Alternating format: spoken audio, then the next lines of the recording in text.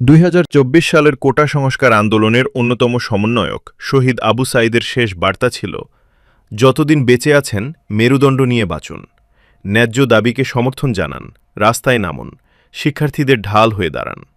নিহত হওয়ার আগের দিন ১৫ জুলাই ২০২৪ তারিখে তার ব্যক্তিগত ফেসবুক প্রোফাইলে ১৯৬৯ সালের গণ-অভ্যুত্থানের শহীদ শামসুজ্জোহাকে স্মরণ করে তিনি এই বার্তাটি দিয়েছিলেন। আমি এখানে ইংরেজি ডিপার্টমেন্ট 12 স্টুডেন্ট।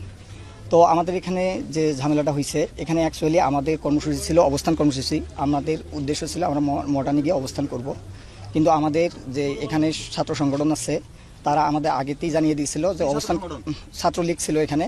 তো ওরা আমাদের জানিয়ে দিছে যে এখানে হচ্ছে আপনাদের অবস্থান কর্মসূচি করা যাবে না, আপনারা হচ্ছে পদযাত্রা করেন। আমরা সেটাতে একমত হয়ে আমরা এখানে পদযাত্রা করার জন্য ইচ্ছুক ছিলাম, কিন্তু তারা পরবর্তীতে আমাদের আরও ফোর্স করে আমাদের যে সবার সাথে কথা ছিল আমরা হচ্ছে পদযাত্রা করে চলে আসব। কিন্তু আমাদের যখন ক্যাম্পাসের গেটে যখন চলে গেছে তখন ছাত্রলীগ সহ বাকি স্যাররা যারা আছে তারা আমাদের হচ্ছে বাধা প্রদান করছে।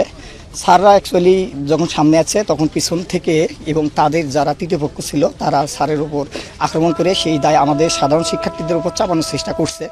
এই রকম যে আন্দোলন থাকে সেই আন্দোলনগুলোতে বরাবরই ছাত্র তৃতীয় পক্ষ ঢুকে এবং সাধারণ শিক্ষার্থীদের উপর দায় চাপানোর চেষ্টা করে। তাই আমি আপনাদেরকে নিশ্চিত করতেছি যে এখানে না, এখানে আমাকে ছাত্রলীগের সভাপতি আমাকে চড় থাপ্পড়ে মারছে। এখানে উনি আমাকে নিজে স্টিল আমাকে থাপ্পড় মারছে। এখানে কথা হচ্ছিল আমাদের এখানে আমরা গত 9 দিন ধরে এখানে আমরা অনুষ্ঠান করতে সমাবেশ করতেছি। এখানে কোনো প্রকার আমাদের সাধারণ শিক্ষার্থী বিশৃঙ্খলা করে নাই, কিন্তু ওনারা আসার কারণেই এই বিশৃঙ্খলা হয়েছে। এই দায়ভার সাধারণ শিক্ষার্থীদের না।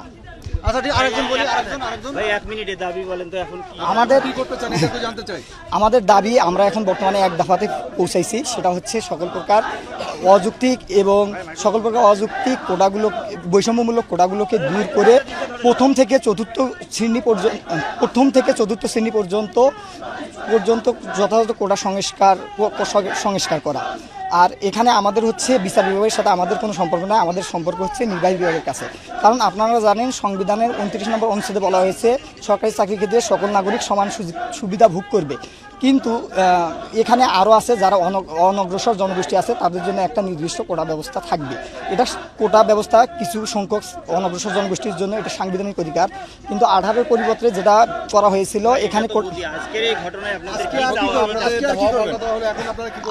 এখানে আমরা সাধারণ শিক্ষার্থীরা আমরা এখানে শঙ্কিত আছি। তো আমরা সাধারণ শিক্ষার্থীরা চাচ্ছি যাতে আমাদের এই ব্যাপারে আমাদের পরবর্তীতে কোনো সমস্যা না হয়।